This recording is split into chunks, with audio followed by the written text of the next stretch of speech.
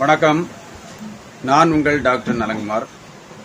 சுமார் 200 வருடங்களுக்கு முன்பாக சமூக நீதி காத்த ஐயா வைகுண்டர் அவர்களின் பெற்றோர்களிட்ட பெயர் முடிசூடும் பெருமாள்.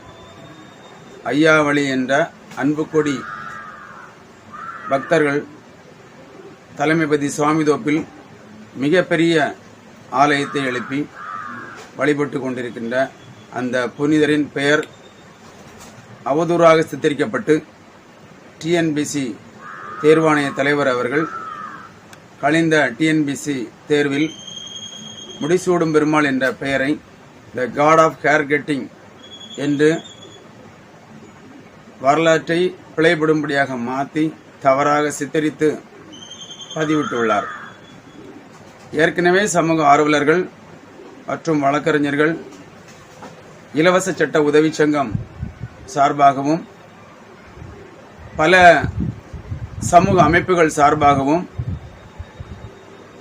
7/9/2025 அன்று ஞாயிற்றுக்கிழமை தலைமை குரு பால பிரஜாதிபதி அடிகளார் தலைமையிலும் முன்னிலை குரு பால ஜனாதிபதி அடிகளார் அவர்கள் முன்னிலையிலும் சமூக ஆர்வலர்களை சேர்ந்து ஒரு சிறப்பான கண்டன கூட்டத்தை ஏற்பாடு செய்திருந்தோம். அது வெற்றிகரமாக முடிந்திருந்த வேளையில் அந்த கண்டன பொதுக்கூட்டத்தின் முடிவு என்னவென்றால்,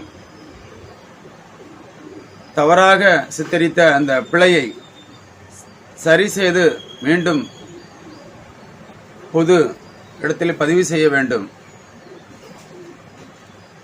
பொது வெளியில் டிஎன்பிசி தேர்வாணைய தலைவர் அவர்கள் பொது மன்னிப்பு கேட்க வேண்டும்.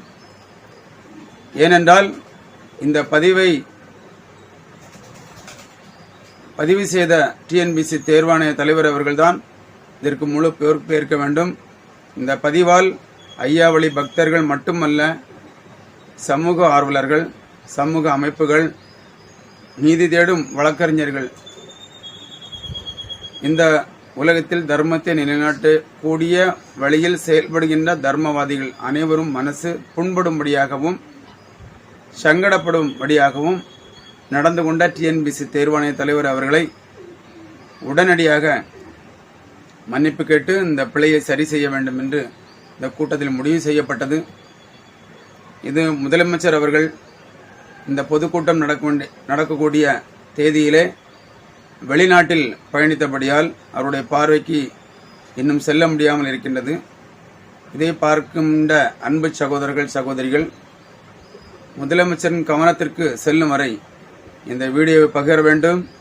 உங்களுடைய மேலான ஆதரவை இதில் கமெண்ட் மூலமாக தெரிவிக்க வேண்டும் என்று கேட்டுக்கொண்டு,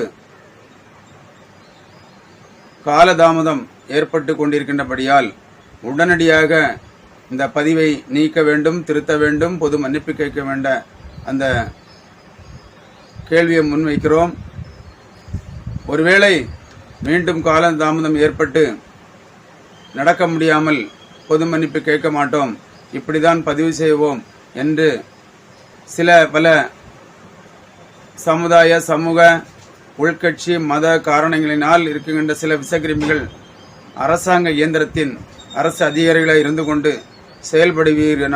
ஆனால் கண்டிப்பாக இந்த பொதுக்கூட்டத்தின் முடிவு அடுத்தது ஆர்ப்பாட்டமாக, அடுத்தது புரட்சியாக கண்டிப்பாக இந்த சமூகத்தில் வரும் என்று மீண்டும் ஒருமுறை கூறிக்கொண்டு, உடனடியாக போர்க்கால அடிப்படையில் நமது மாண்புமிகு முதலமைச்சர் அவர்கள் தலையிட்டு இந்த பிரச்சனைக்கு உடனடியே ஒரு முற்றுப்புள்ளி வைக்க வேண்டும் என்று மிகவும் தாழ்மையோடு கேட்டுக்கொண்டு, எங்களை போராட்டத்திற்கு தள்ள வேண்டாம் என்று அந்த நிலைக்கு ஐயாவளி பக்தர்களையும் சமூக ஆர்வலையும் கொண்டு போக வேண்டாம் என்று தாழ்மையுடன் கேட்டுக்கொண்டு, இதை பார்க்கின்ற கேட்கின்ற ஐயாவளி பக்தர்கள், அன்பு தர்மவாதிகள் எல்லாரும் பகிரங்கள். நன்றி, வணக்கம்.